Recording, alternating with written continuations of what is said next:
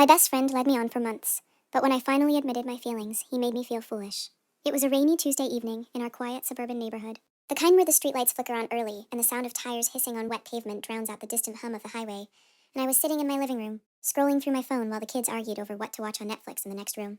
My daughter Lily lay, 12, and full of that preteen fire, insisting on some animated show while her younger brother Max, 10, lobbied for superheroes. And I could hear my husband Tom clattering in the kitchen, probably heating up the leftover pizza from last night's takeout because none of us had the energy for a real dinner after his long day at the office, and my shift at the bookstore.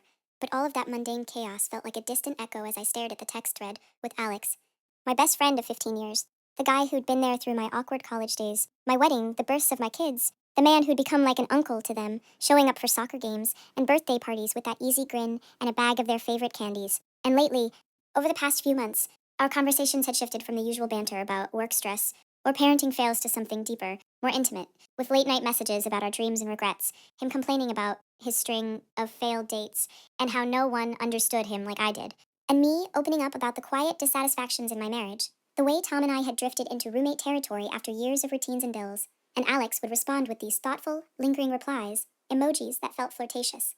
A heart here, a winking face there, and he'd started suggesting we meet up more often, just the two of us for coffee that turned into long walks in the park, or drives to that little diner on the edge of town where we'd share fries and laugh until our sides hurt. And I'd felt this spark, this dangerous, exhilarating pull that I hadn't experienced in years, my heart racing when his name popped up on my screen, my mind wandering to what ifs during quiet moments at work, stacking books on shelves, and imagining his arms around me instead of Tom's perfunctory goodnight hugs, but I'd pushed it down, telling myself it was just friendship, just the comfort of someone who really saw me. Until that afternoon when I'd finally mustered the courage, after a particularly vulnerable exchange where he'd said he wished he had someone like me in his life, and I typed out the words, my fingers trembling over the keyboard in the break room at work, admitting that I felt the same, that I'd developed feelings for him beyond friendship, that maybe we could explore what this was, and I'd hit send before I could second guess myself, my stomach twisting in knots as I waited for those three dots to appear. And when they did, his response came swiftly, not with the reciprocity I'd secretly hoped for, but with a blunt dismissal that hit like a slap. Whoa, Sarah, I think you've got the wrong idea. You're my best friend, but that's all it is for me. I didn't mean to lead you on, but come on. You're married with kids. This is foolish. And there it was, the word foolish, staring back at me from the screen, making my cheeks burn with humiliation. My chest tightened with a raw, aching pain that spread like wildfire through my veins, and I sat there in the dim light of the living room, the rain pattering against the windows like mocking applause, feeling the world tilt as the full weight of his words sank in, realizing that all those months of what I'd interpreted as mutual longing were just one-sided delusions. That he'd been venting to a safe confidante while I'd been building castles in the air, and the betrayal stung deeper because it wasn't just rejection. It was the implication that I'd misread everything, that I was the naive one, the foolish woman grasping at straws in her mid-30s rut. Rut? And tears blurred my vision as I reread the message, my mind replaying every ambiguous moment, every lingering hug at the end of our meetups, the way he'd rest his hand on my arm, a second too long, or text me, good morning with a coffee emoji as if we shared some private ritual. And now it all felt like a cruel game, whether intentional or not, leaving me exposed and raw, my heart pounding with a mix of anger and grief. Anger at him for being so carelessly affectionate, for blurring lines without caution, and grief, for the friendship that now felt tainted, irreparably damaged by my confession and his cold recoil. And in that moment, as Lily called out from the other room, asking if dinner was ready, her voice pulling me back to the reality of my life, the sticky kitchen counters, the laundry pile in the hallway, the wedding photo on the mantel, where Tom and I smiled obliviously into the future, I felt a wave of guilt crash over me. Guilt for even entertaining these feelings, for risking the stability of my family over a fantasy, and yet the pain was so acute, so visceral, that I couldn't just shove it away. I stood up shakily, wiping my eyes with the sleeve of my sweater, and walked to the kitchen where Tom was pulling plates from the cabinet, his back to me, oblivious to the storm raging inside. And I forced a smile, mumbling something about a headache from the rain. But inside I was unraveling, questioning everything, wondering how I'd let myself fall so far into this emotional quagmire with someone who'd always been just a friend. And now, in the harsh light of his rejection, I felt utterly foolish, small, and alone, the rain outside mirroring the tears I fought to hold back as I plated the pizza for the kids, the normalcy of the act, feeling like a fragile shield against the chaos I'd unleashed with a single text. And as we sat down to eat, the TV blaring in the background, I stole glances at my phone, half hoping for an apology, a clarification, but it stayed silent, amplifying the hollow ache in my chest, making me realize that this wasn't just a momentary sting. It was the beginning of a profound fallout, one that would force me to confront not only my feelings for Alex, but the cracks in my own life that had allowed them to take root, the quiet dissatisfactions I'd ignored for too long. The way I'd sought validation outside my marriage instead of addressing the distance with Tom, who now passed me the napkins with a concerned furrow in his brow, asking if I was okay, and I nodded, lying through my teeth, because how could I explain that our family's unofficial fourth member had just shattered something inside me? Leaving me to pick up the pieces in the midst of this ordinary evening, the scent of reheated cheese and tomato sauce mingling with the damp earth smell from the open window, a reminder that life trudged on, even as my world cracked open, exposing the raw underbelly of unmet needs and misplaced trust. And as the kids chattered about their school day, Lily's drama with her best friend over a group project, Max's excitement about a science fair, I tuned them out, my mind looping back to Alex's words, the casual cruelty in his dismissal, wondering if he'd ever truly valued our bond, or if I'd been nothing more than a convenient sounding board. And the thought twisted the knife deeper, making me question years of shared history. From late night college cram sessions to helping him move into his first apartment after his divorce 5 years ago, when I'd been the one to comfort him through his heartbreak, never imagining he'd one day cause mine. And now, with the rain intensifying, drumming against the roof like an insistent heartbeat, I excused myself early from the table, claiming I needed to lie down, and retreated to the bedroom, curling up under the covers fully clothed, my phone clutched in my hand as silent sobs shook my body, the pain so fresh and jagged that sleep felt impossible, leaving me to stare at the ceiling, replaying the confrontation in my mind, the digital equivalent of a door slammed in my face, and in that solitude, the immediate fallout began to settle, like dust after an explosion. The isolation, the self-doubt, the looming dread of what came next, whether to cut him out entirely or salvage the wreckage, all while keeping up the facade for Tom and the kids, because admitting this out loud would invite judgment, pity, or worse, the unraveling of our family unit. And as the clock ticked past 9, the house quieting down with the kids' bedtime routines, I felt the weight of it all pressing down. A raw, unrelenting grief for what I'd lost. Not just the illusion of romance, but the purity of a friendship I'd cherished, now forever altered by my foolish admission, and his heartless response. That first full night after the rejection stretched into something endless and suffocating, the kind of darkness that presses in from every corner of the house, even with the hallway light left on for the kids. And I lay on my side of the bed staring at the faint glow of the digital clock. 11:47, then 12:03, then 1:19, while Tom breathed steadily beside me, already asleep after muttering something about an early meeting and kissing my forehead the way he always did. A routine gesture that tonight felt like a stranger's touch because my skin still burned from the humiliation Alex had handed me so casually through a screen. And I couldn't stop replaying it, the exact phrasing of his message, looping in my head like a bad song I couldn't mute. This is foolish. The period at the end, so final, so dismissive, as if my entire emotional spiral over the past months had been nothing more than a silly miscalculation on my part, and the shame of it made my throat close up again. Fresh tears leaking silently into the pillow so I wouldn't wake him, because how could I explain any of this without sounding pathetic or worse, disloyal, when the truth was, I hadn't crossed any physical line, hadn't kissed Alex or held his hand in secret or done anything that would show up on a credit card statement or a text log someone could screenshot and use against me, yet the betrayal still felt physical. A sharp twist in my gut every time I remembered how eagerly I'd interpreted his late night thinking of you messages as something reciprocal, how I'd smiled at my phone in the carpool line while Lily complained about algebra, and Max begged for ice cream, how I'd let myself fantasize about a different life during the quiet hours after everyone else was asleep. And now all of it was exposed as delusion, leaving me raw and ridiculous in my own skin. Around 2 in the morning I slipped out of bed, careful not to jostle the mattress too much, and padded downstairs in my socks, the house creaking under my weight the way old houses do even when they're only 20 years built. And I made myself a cup of chamomile tea in the dim kitchen light, standing at the sink watching the kettle until it clicked off, then carrying the mug to the couch, where I curled into the corner under the throw blanket that still smelled faintly of last week's popcorn movie night. And there, alone with the rain still tapping insistently against the windows, the confession finally broke free, not to anyone else but to myself in ragged, whispered pieces. I had fallen in love with the idea of being wanted. Really wanted. The way Alex seemed to want someone. Anyone who understood his jokes and his silences and his fears about turning 40 alone. And I'd let myself believe I could be that person, because Tom and I had stopped saying those things to each other years ago. Replaced them with logistics. Whose turn for soccer practice? Did we need milk? Can you pick up the dry cleaning? And the absence had grown so gradually, I hadn't noticed until Alex filled it with attention that felt like oxygen after holding my breath too long. The tea cooled untouched in my hands as the sobs came harder, quieter than I expected, muffled into the crook of my elbow, so the sound wouldn't carry upstairs, and I cried for the friendship I'd probably already lost. For the way I'd have to face Alex at Lily's next game, if he showed up like he usually did, pretending everything was fine while my face burned with the memory of his rejection, and I cried for the guilt that was already settling in beside. The pain. Guilt toward Tom, who was sleeping upstairs, trusting that our life was steady. Guilt toward the kids who thought Uncle Alex was just another safe adult in their orbit. Guilt toward myself for being so stupidly vulnerable at 36 when I should have known better. Eventually, the crying ebbed into hiccuping exhaustion, and I checked my phone again. Habit, weakness, hoping maybe he'd sent something, and I'm sorry I was harsh. Or even just a question mark. Anything to soften the blow. But the screen was empty except for my own pathetic, outgoing message, still sitting there unread in spirit, if not in fact. And the silence felt like another slap, so I turned the phone face down on the coffee table and stared at the dark television instead. Its blank surface reflecting the faint blue light from the street lamp outside, and in that reflection I saw a woman I barely recognized. Eyes swollen, hair tangled, shoulders hunched like she was bracing for the next hit, and the sight of myself like that cracked something open wider, forcing me to admit that this wasn't only about Alex, it was about the slow starvation of affection in my marriage. The way I'd stopped asking Tom for what I needed, because the asking felt like nagging after so many years of small disappointments. The way I'd let resentment build in quiet corners until it found an outlet in someone else's listening ear. I stayed on the couch until the sky outside began to lighten around 4:30, gray and heavy with more rain promised. And when I finally crept back upstairs, the bedroom was still warm from our shared body heat. Tom sprawled on his back now, one arm flung over his head, snoring softly, and I slid under the covers on my side, careful to keep space between us. The end. Careful to keep space between us.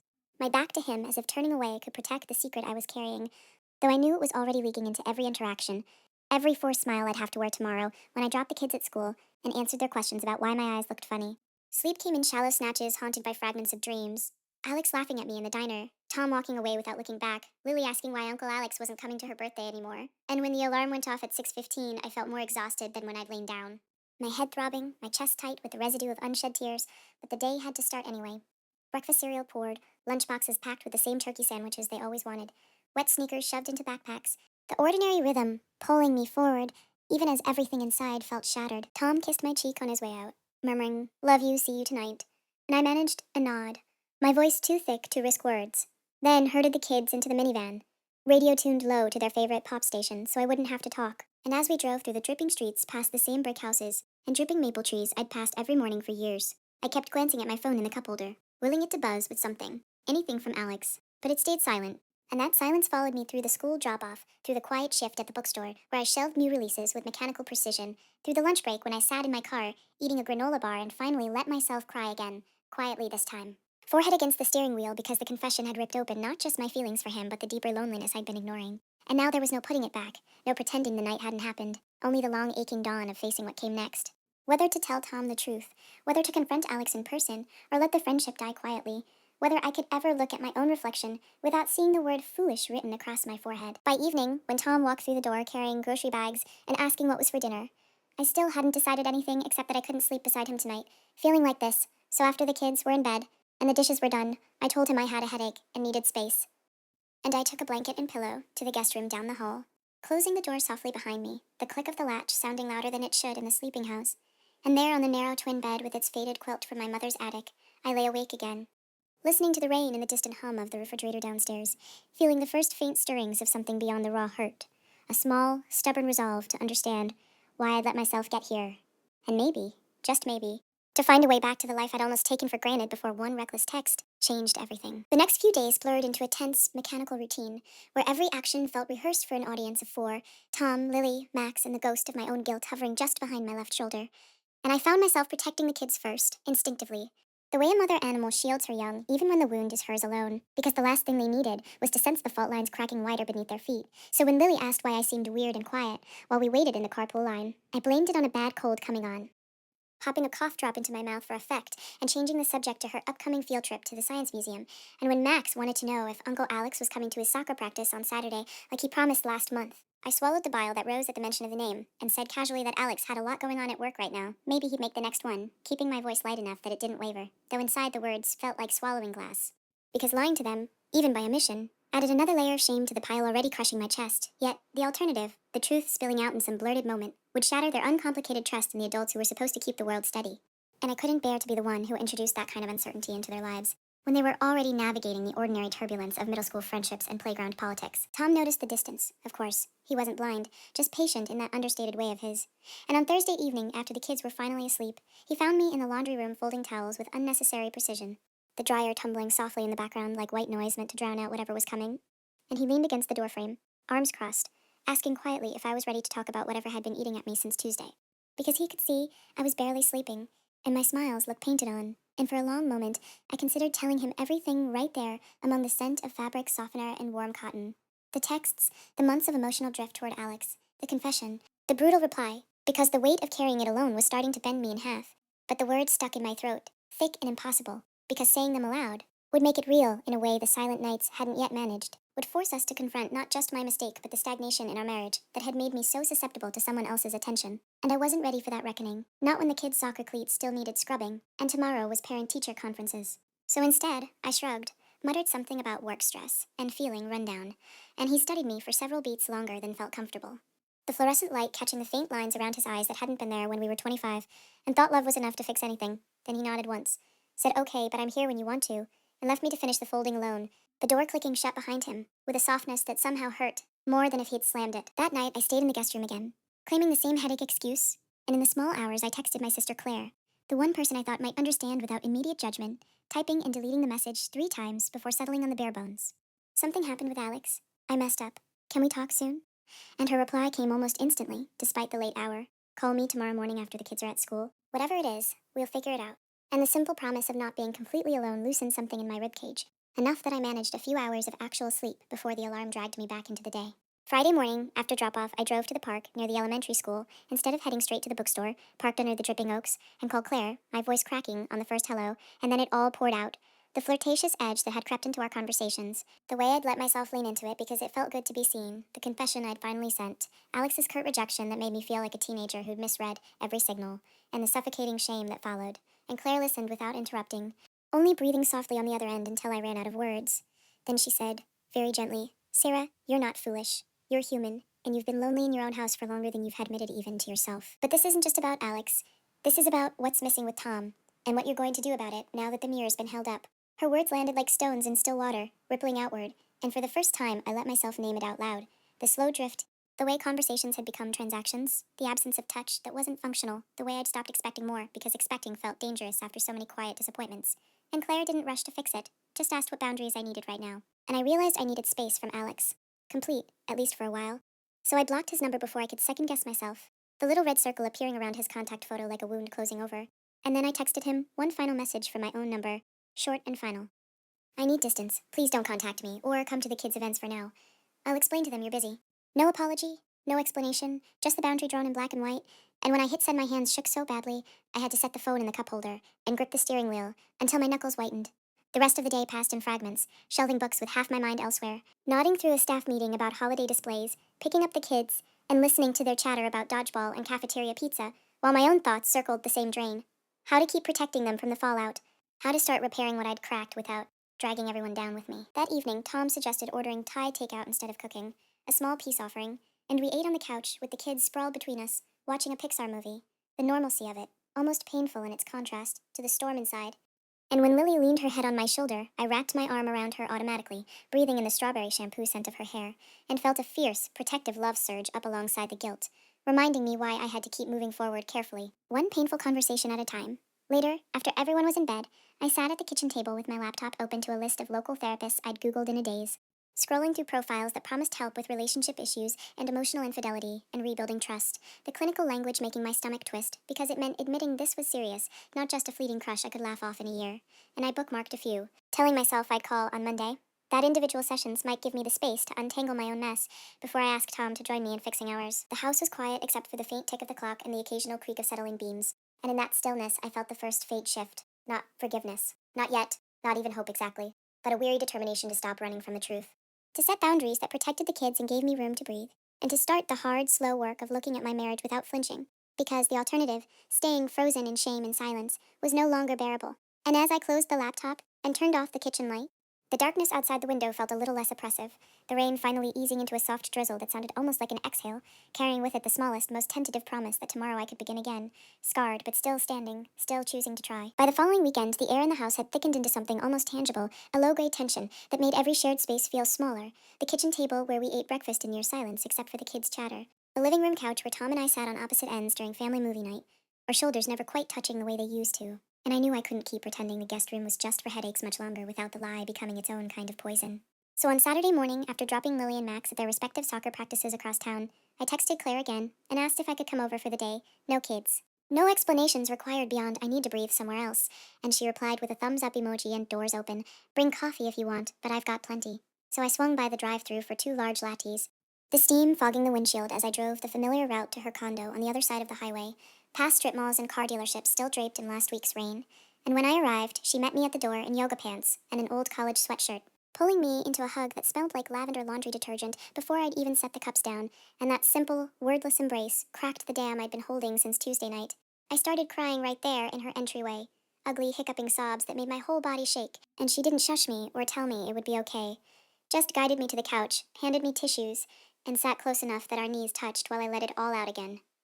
The humiliation still burning fresh, the guilt that had multiplied every time I looked at Tom or the kids, the fear that I'd irreparably damaged something I couldn't name yet, and when the worst of it passed, she poured us both more coffee and said very matter-of-factly, "You're allowed to take space, Sarah. Not just from Alex, from the whole routine that's suffocating you. Go somewhere for the night, or the weekend. I'll watch the kids if Tom's okay with it. You need to hear your own thoughts without the background noise of laundry and carpools." The suggestion landed like permission I hadn't known I was waiting for, and by lunchtime I'd texted Tom a careful version of the truth. "I'm feeling really overwhelmed and need a night away to clear my head. Clara can take the kids if you're working late. I'm not running away, just need air. We can talk when I'm back." I hit send before the second guessing could kick in, then turned my phone to Do Not Disturb and drove to the small, boutique hotel 20 minutes outside town that I'd bookmarked months ago. During a particularly bleak afternoon at work, the kind of place with fluffy robes and a fireplace in the lobby that no one ever used, and when I checked in, the clerk handed me a keycard with a smile that didn't ask questions, and I carried my overnight bag up to a room on the third floor, overlooking a quiet, wooded area where the trees were just starting to turn gold at the edges. And for the first time in days, the silence wasn't oppressive. It was mine. I kicked off my shoes, opened the curtains wide, and sat on the edge of the king bed staring at the rain-streaked window, letting the quiet settle around me like a blanket I could finally breathe under. And slowly, deliberately, I started making a list on the hotel notepad. Rules, boundaries, non-negotiables I needed if I was going to attempt any kind of repair, whether with Tom or with myself. First, complete transparency with Tom about what happened, no more half-truths or headache excuses, because secrets had already done enough damage. Second, no contact with Alex. Ever again, unless it was absolutely necessary for the kids' sake, and even then only through a group text or in public with others present. I'd already blocked him, but I wrote down that I'd delete the entire thread tonight, screenshots and all, as a way of closing the door for good. Third, individual therapy for me, starting as soon as I could get an appointment, because Claire was right, this wasn't just a crush gone wrong, it was a symptom of years of unmet needs I'd never learned to voice. Fourth, couples therapy if Tom was willing, but only after I'd done some solo work, so I wasn't dumping my mess at his feet, expecting him to clean it up. And fifth, the hardest one, honesty about what I needed from him, more than logistics, more than the companionable silence we'd fallen into, without blaming him for not reading my mind when I'd stopped asking out loud long ago. Writing it all down felt like drawing lines in the sand, fragile but real. And when I finished, I tore the pages out, folded them into my wallet, and then, because the room had a deep soaking tub, and I hadn't had a bath without someone banging on the door in years, I ran the water as hot as I could stand, added the little bottle of lavender bubble bath the hotel provided, and sank in until my fingers pruned, letting the heat loosen the knots in my shoulders while my mind wandered. Not to Alex this time, but to Tom. The way he still made coffee exactly how I liked it, even when we barely spoke in the mornings. The way he had quietly handled Max's science fair project when I was too distracted last spring. The small, steady acts of care I'd started taking for granted because they weren't fireworks. The realization stung, but it also softened something, made room for the possibility that we weren't broken beyond fixing, just neglected, like a garden left to weeds.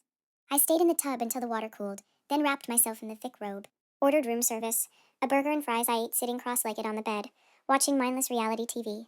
And when my phone finally buzzed with a text from Tom around 8, "Kids are with Claire. She said you needed this. I'm okay. Take the time you need. I'll be here when you're ready." The words didn't erase the ache, but they eased it enough that I could reply simply, "Thank you. I love you. Talk tomorrow," and mean it, the first honest thing I'd said to him in days. That night, I slept deeply for the first time since the rejection. No dreams of slammed doors or mocking laughter, just the soft patter of rain on the hotel roof, and the faint scent of lavender lingering on the sheets. And when I woke Sunday morning to pale sunlight filtering through the curtains, I felt lighter, not healed, but unburdened for a few hours, as if the space I'd taken had given my heart room to expand instead of contract. I checked out slowly, lingered over coffee in the lobby, and then drove home with the windows cracked, letting the cool autumn air rush in, and when I pulled into the driveway, Tom was outside raking leaves into neat piles, the kids nowhere in sight, probably still at Claire's, and he paused when he saw me, leaning on the rake, his expression cautious but not closed off. And I got out of the car, walked over, and before I could lose my nerve, I said, "I'm ready to talk.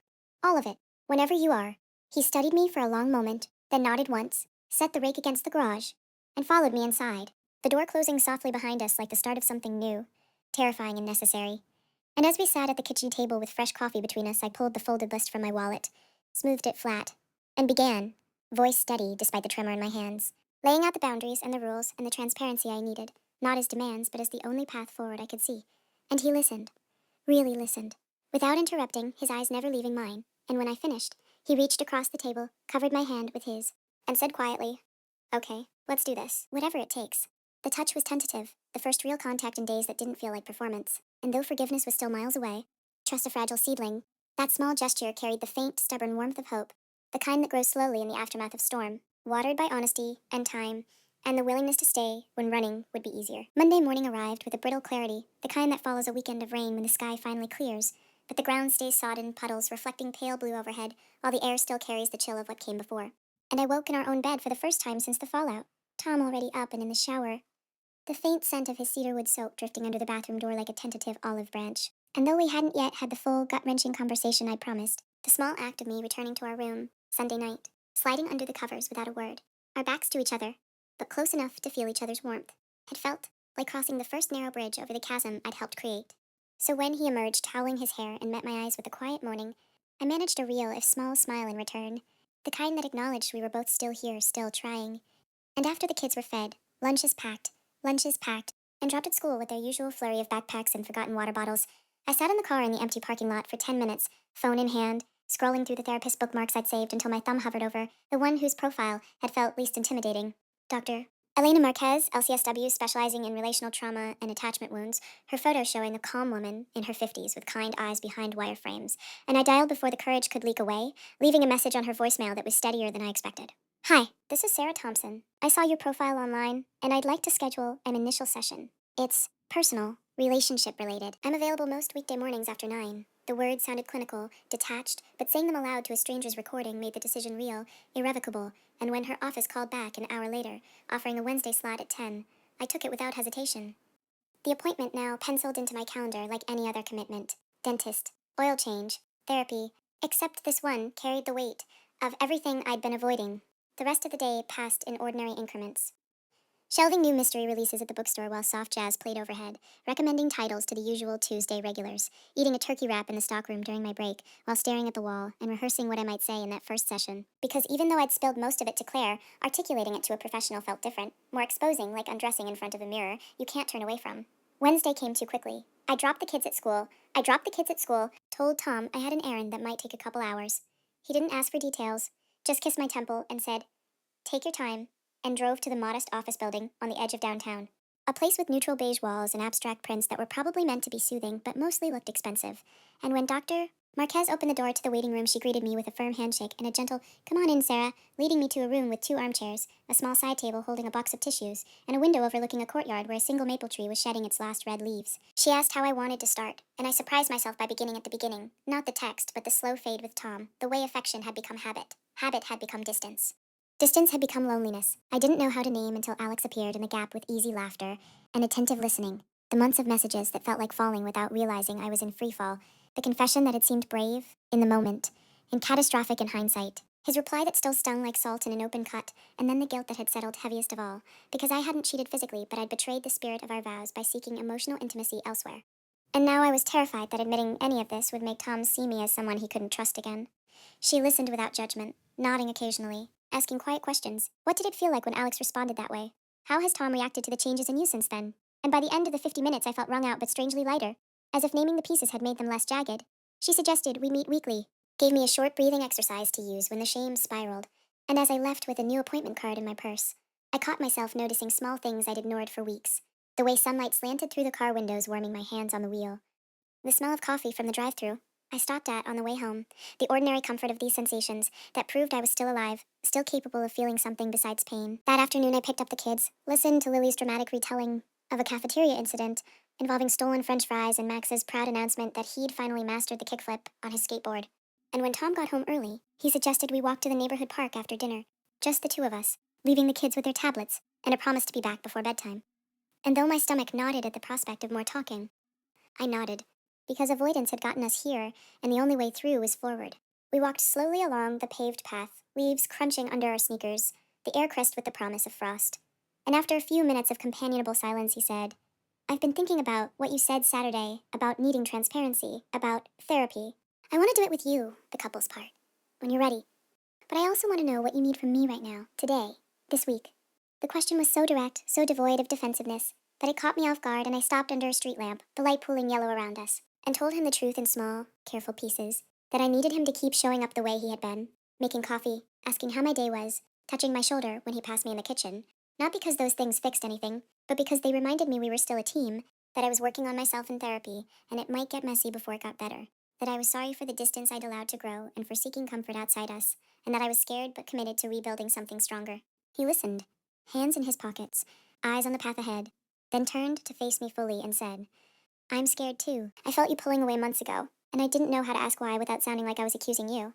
So I just waited. That was my mistake. But I love you, Sarah. Not the version of us from 10 years ago. The version we are now, even with the cracks. I want to fix this with you. His voice cracked on the last sentence, and when he reached for my hand, I let him take it, our fingers threading together tentatively, the contact sending a small shock of warmth up my arm. Not passion exactly, but recognition. The quiet acknowledgement that we were both still willing to hold on. We stood there a long minute, the park quiet except for the rustle of leaves, and a distant dog barking, then started walking again. Hands linked, not rushing to fill the silence with promises, or plans, just letting the small act of touching speak for itself. Back home, the kids were still engrossed in their screens. We said goodnight to them, turned off the downstairs lights, and went upstairs together, brushing teeth side by side at the sink, the way we had for years, the routine suddenly precious in its familiarity. And when we climbed into bed, I didn't turn my back this time. I faced him, our foreheads almost touching, and whispered, Thank you for waiting, and he whispered back, Thank you for coming back.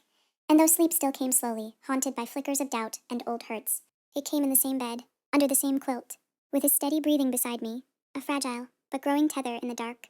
Proof that vulnerability, when met with patience, could begin to feel less like exposure and more like the first step toward home. The first joint therapy session felt like stepping onto a stage with no script, and every seat in the house filled with our own ghosts. And I arrived 10 minutes early on, that Thursday afternoon 2 weeks after my initial solo visit, sitting in Dr.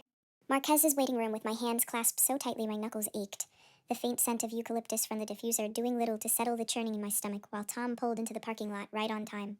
His truck's engine cutting off with a decisive click that echoed in my chest, and when he walked in, he gave me a small, steady nod before sitting beside me. Not too close, not too far, the space between us deliberate, but no longer hostile, just careful. Like two people learning to share oxygen again after holding their breath for too long. Dr. Marquez greeted us both with the same calm warmth she'd shown me alone, ushering us into the room where the chairs were arranged in a slight triangle, so no one felt cornered, and once we were seated, she started gently. This is a safe space for whatever comes up today. There's no rush, no right or wrong way to begin. Sarah, you've already shared some of your story with me. Would you like to start by telling Tom what you've been working on? Or would you prefer Tom to go first? Or maybe we open with what each of you hopes to get from being here together. The question hung for a moment, heavy but not suffocating, and I glanced at Tom, who was studying his hands, thumbs rubbing slow circles over the calluses from weekend yard work. Then he looked up and said quietly, I'd like to hear Sarah first. I want to understand what she's been carrying. His voice was low, almost rough, and hearing him choose listening over speaking cracked something open in me. Not tears exactly, but a loosening, like a knot finally giving way, after months of pulling tighter. I took a breath that felt too shallow. How was Padu? Then started where it hurt most. The months I'd spent turning toward Alex, because the space between Tom and me had grown so wide, I could no longer see the other side. The way his casual affection had felt like medicine for a loneliness I hadn't fully admitted. The confession I'd sent in a moment of reckless hope. The way his reply had stripped me bare, and left me feeling small and foolish, and utterly alone. And then the deeper truth I'd only begun to face in solo sessions, that I'd chosen emotional escape instead of turning to Tom and saying out loud that I missed him. Missed us, missed feeling desired and known. Because asking felt riskier than drifting. The words came haltingly at first. Punctuated by long pauses when my throat closed. But Tom didn't interrupt, didn't look away even when his jaw tightened, or his eyes glistened. He just listened, really listened, the way he used to when we were dating, and I'd talk for hours about nothing and everything. When I finished, Dr. Marcus asked Tom what he was feeling hearing that. And he exhaled slowly, like he'd been holding the breath since I started, then said, I'm angry, not at you, Sarah, or not only at you. I'm angry at myself for letting us get here. I felt you pulling away, and I told myself it was just busy seasons, kids, work, that we'd get back to it later. I stopped initiating conversations that weren't about schedules because I was afraid you'd say you were tired or didn't want to talk, and that fear turned into distance I didn't know how to close. Hearing you say you felt lonely in our house, it hurts, but it also makes sense. I stopped showing up emotionally, too. I got comfortable with the routine because it was easier than risking rejection. His admission landed softly without accusation, and for the first time I saw the hurt he'd been carrying mirrored in his face. The same quiet grief I'd felt, just shaped differently. And when Dr. Marquez invited us to name the deeper issues beneath the surface, we started peeling back layers we'd both pretended weren't there. My fear of being needy if I asked for more affection. His fear of being inadequate if he couldn't fix whatever was wrong. The way we both internalized the idea that good marriages didn't require effort after the early years. That love should just coast once the kids arrived and the mortgage was locked in. We talked about small betrayals that had accumulated, not affairs, but silences, missed bids for connection, the way I'd stopped laughing at his dry humor because I was too wrapped up in my own head, the way he had stopped reaching for me in bed because he read my fatigue as disinterest rather than exhaustion. Midway through, Dr. Marquez suggested a simple exercise. Face each other, hold hands if it felt okay, and each say one thing we appreciated about the other right now, in this moment. No qualifiers. I hesitated. My hands felt cold, clammy, but Tom extended his first, palm up, an open invitation. And when I placed mine in his, the contact was electric, not romantic fireworks, but something steadier, grounding, like remembering the shape of something familiar after wandering too long. I went first, voice barely above a whisper. I appreciate how you have stayed, even when I've been distant and secretive. You didn't walk away or lash out. That means more than I can say. He swallowed, thumb brushing once over my knuckles, then said, I appreciate that you're here doing this hard thing with me instead of shutting down or running. You could have kept it all inside, but you chose to show up. The words were simple, almost ordinary, yet they landed like rain on parched ground, soaking in slowly, easing the cracked places. We sat like that for the rest of the session, hands linked, voices low, naming hurts and hopes without rushing to solve them, until Dr. Marquez gently wrapped up, reminding us that this was just the beginning. That progress would come in small, uneven steps, and she gave us homework. One intentional moment of connection each day, no matter how tiny, a real hug goodbye in the morning, a text during the day that wasn't logistical, sitting together on the couch after the kids were in bed without phones, and to notice without judgment what came up when we tried. Driving home separately, but in convoy, the late afternoon sun slanting gold through the windshield, I felt something shift inside. Not a dramatic healing, not the erasure of pain, but a tentative opening, like a window cracked after months sealed shut. That evening after dinner, while Lily practiced piano in the living room and Max built Lego towers in his room, Tom and I cleared the table side by side, elbows brushing occasionally, and when the last plate was dried, he turned to me, hesitated, then pulled me into a hug. Not the perfunctory kind we'd fallen into, but one that lingered. His chin resting on my head, my arms wrapping around his waist, and we stood there in the kitchen, with the dishwasher humming and the scent of garlic, from the pasta still hanging in the air, just holding each other, breathing in sync for the first time in what felt like forever. No words, no promises, just the quiet act of bodies remembering each other, the slow rebuilding of trust through touch that carried no expectation beyond presence. Later, in bed, we didn't reach for more than that. We simply faced each other under the covers, hands finding each other again in the dark, fingers interlaced. And when I whispered, "Good night," he answered with his own soft good night love, the endearment slipping out naturally after so long absent. And though the road ahead still stretched long and uncertain, dotted with inevitable setbacks and old patterns waiting to resurface, that small hand-holding in the therapy room and the longer embrace in the kitchen felt like the first real steps closer. Fragile bridges built from honesty and patience, strong enough to carry us forward if we kept choosing to walk them together, one careful, deliberate moment at a time. The idea for the family weekend away came up almost casually during a Thursday night dinner 2 months after our first joint session, a kind of ordinary Thursday where the kids were bickering over who got the last garlic knot, while Tom and I exchanged glances across the table that now carried a quiet understanding instead of the old guarded distance, and when Max asked, out of nowhere, mouthful of pasta, if we could go somewhere with a lake, because his friend at school had gone camping and caught fish and roasted marshmallows. Lily rolled her eyes, but then added that she wouldn't mind if there was Wi-Fi so she could FaceTime her best friend and maybe a pool, because the community center one was closed for repairs until spring. And Tom looked at me with that small, questioning lift of his eyebrows that had become our shorthand for should we try this. And I felt a flutter of nerves mixed with something warmer, almost like anticipation, because the thought of being together in a new place, no work emails pinging, no school drop-offs, no familiar rooms to hide in, felt both terrifying and necessary, a deliberate test of the fragile progress we'd been making.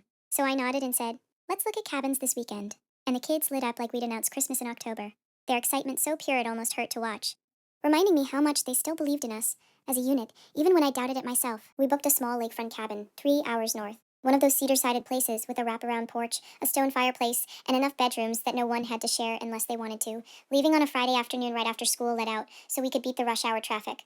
The minivan loaded with grocery bags of snacks, and board games, and Lily's sketchbook, and Max's fishing rod he'd begged to bring, even though none of us knew how to properly use it. And as we pulled out of the driveway with the kids plugged into their tablets in the back, Tom reached over and squeezed my hand once on the gear shift, a brief, steady pressure that said we were in this together, and I squeezed back my thumb, brushing his knuckles the way we'd started doing again, in small. Deliberate moments since therapy had taught us to notice the bids for connection we used to miss. The drive was mostly peaceful, punctuated by the kids' playlist, alternating between Lily's current pop obsession and Max's insistence on movie soundtracks, and occasional bathroom stops where we stretched our legs in crisp October air that smelled of pine and wood smoke. And when we arrived just as the sun dipped low enough to turn the lake into molten gold, the cabin felt like a gift we hadn't earned but desperately needed. Simple, warm, smelling faintly of cedar and last season's fires, with a stack of firewood already waiting on the porch and a view of water so still it mirrored the sky perfectly. We unpacked in a flurry, the kids claiming bedrooms and racing to see who could find the best bunk, while Tom and I carried groceries to the kitchen and stood shoulder to shoulder putting things away, our movement sinking in that old, familiar rhythm that therapy had helped us rediscover. And when everything was stowed, he turned to me, cupped my face gently, and kissed me, not a quick peck, but a real kiss. Slow and searching, the kind that made my knees soften and reminded me how long it had been since touch felt safe instead of loaded. And when we pulled apart, his forehead rested against mine for a beat, both of us breathing the same air, and he murmured, "This feels good." And I whispered back, "It does," the admission small but seismic, after so many months of doubt. The first full day tested us in ways I hadn't anticipated. Max wanted to fish from the dock at dawn, so Tom bundled up with him while I made coffee in the quiet kitchen, watching through the window as they sat side by side, lines in the water, talking in low voices I couldn't hear. And when they came back empty-handed but grinning, Max proudly showing off a photo of the one that got away, Tom caught my eye over breakfast and said, "He asked why we've been quieter lately." And my heart stuttered. But Tom continued, "I told him grown-ups sometimes need to work on things. I told him grown-ups sometimes need to work on things, O's. Like when he has to practice a new skate trick until it clicks, and that we're doing that now so we can all be happier together, and the simplicity of it, the way he'd protected the kids without lying, without burdening them, made my eyes sting with gratitude." And I reached across the table to lace my fingers through his, while Lily pretended not to notice, but smiled into her cereal anyway. That afternoon, we hiked a short trail along the shore, leaves quenching brilliant red and orange underfoot, the kids running ahead collecting the prettiest ones for art projects, while Tom and I walked behind, hands occasionally brushing, then linking when the path narrowed, and at a lookout point where the lake spread out below us like a postcard we stopped, the wind tugging at our jackets, and he pulled me close from behind, arms around my waist, chin on my shoulder, and said softly against my ear, "I miss this you, us, just being," and I leaned back into him, letting the solid warmth of his body anchor me, and answered, "I missed it too, more than I knew how to say." The words weren't dramatic declarations. They were honest, hard-won, carrying the weight of everything we'd walked through, the confession, the silence, the therapy hours, the nights I'd slept in the guest room. And when I turned in his arms to face him, the kiss that followed felt like forgiveness made physical, not complete erasure of the scars, but acceptance of them as part of our story now. Scars that had taught us how fragile and precious the connection was. Evening brought the campfire Max had been dreaming of. We built it in the stone ring by the water, the kids toasting marshmallows until they caught fire and laughing hysterically, Lily sketching the flames in her book while Max told ghost stories that were more silly than scary. And when the kids finally crashed inside, exhausted, sticky with chocolate, faces flushed from the heat, Tom and I stayed out under the stars, wrapped in the same blanket on the Adirondack chairs, the fire down to glowing embers, and we talked in the way we hadn't in years, not fixing, not planning, just sharing how he'd felt invisible sometimes in the drift, how I'd felt unseen, how afraid we both were of losing what we had, even when we weren't tending it properly, and how grateful we were that the breaking hadn't been final, that we'd both chosen to stay and rebuild. At some point, he pulled me onto his lap, my back to his chest, his arms secure around me, and we sat like that in the quiet crackle of dying coals, the lake lapping softly at the shore, the night air cold enough to make our breath visible. And when his hand slipped under my sweater to rest, warm against my stomach, I didn't tense. I covered his hand with mine, pressing it closer, letting the touch be what it was. Reconnection, desire tempered by tenderness, a physical echo of the emotional closeness we'd been earning one session. One conversation, one small act at a time. We made love later in the master bedroom with the window cracked to let in the sound of water and wind, slow and careful, rediscovering each other's bodies like territory we'd once mapped by heart and then forgotten. No rush, no performance, just the quiet wonder of being wanted again, of trusting enough to let go, and afterward we lay tangled in the sheets, my head on his chest, listening to the steady thump of his heart, his fingers tracing lazy circles on my back, and he whispered into my hair, "I love you, Sarah, not despite everything, because of it. Because we made it through." The words settled deep, soothing old wounds without pretending they'd never existed, and I whispered back, "I love you too, and I'm not going anywhere." The promise feeling solid now, forged in the fire of what we'd survived. The rest of the weekend passed in gentle rhythm, lazy mornings, with coffee on the porch, board games that ended in mock arguments and real laughter, walks where the kids raced ahead and we lingered behind, holding hands.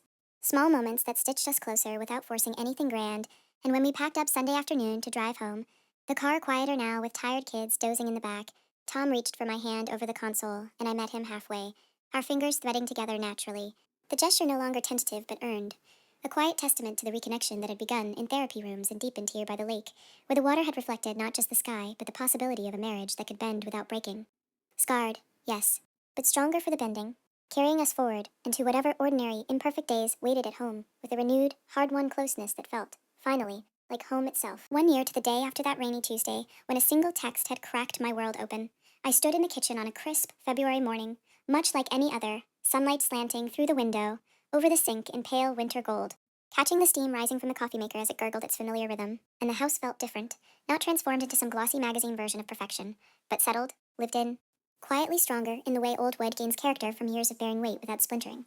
Lily, now 13 and all sharp elbows and opinions, was at the table scrolling through her phone while eating toast, occasionally firing off a sarcastic comment about some TikTok trend that made Max snort milk out his nose. He was 11 and still collecting weird facts the way other kids collected trading cards. currently explaining to no one in particular why octopuses have 3 hearts while buttering his second piece of bread, and Tom moved behind me at the counter, reaching around to refill my mug before I'd even asked, his hand brushing my waist in that absent, affectionate way that had become routine again, not performative, just present, and when our eyes met over the rim of my cup, he gave me the small, lopsided smile that still made something warm unfold in my chest, the same smile he'd worn the morning after our lake weekend. The one that said we'd made it through the night and were still choosing each other in the daylight. I leaned back against him for a moment, letting his solidity anchor me, while the kids' chatter filled the room like background music we'd both learned to appreciate again. And in that ordinary instant, I felt the full weight of the 12 months behind us, not as a dramatic montage, but as a series of small, stubborn choices. The weekly therapy sessions, where we'd learn to name feelings before they calcified into resentment. The nights we'd sat on the couch after bedtime, with herbal tea and no phones, talking until our voices grew hoarse about the things we'd once assumed. The other already knew, the mornings I'd woken up, reaching for him instead of turning away. The afternoons I'd texted him silly memes from the bookstore, just because I wanted to make him laugh, the way we'd both started saying, I need and I miss, without flinching at the vulnerability they carried. Alex's name had not come up in our house since that final boundary text. I'd kept my promise of no contact, and though the occasional pang of what if still surfaced, like when I saw a man at the park with the same easy stride, or heard a laugh that echoed his eye, no longer felt the old pull.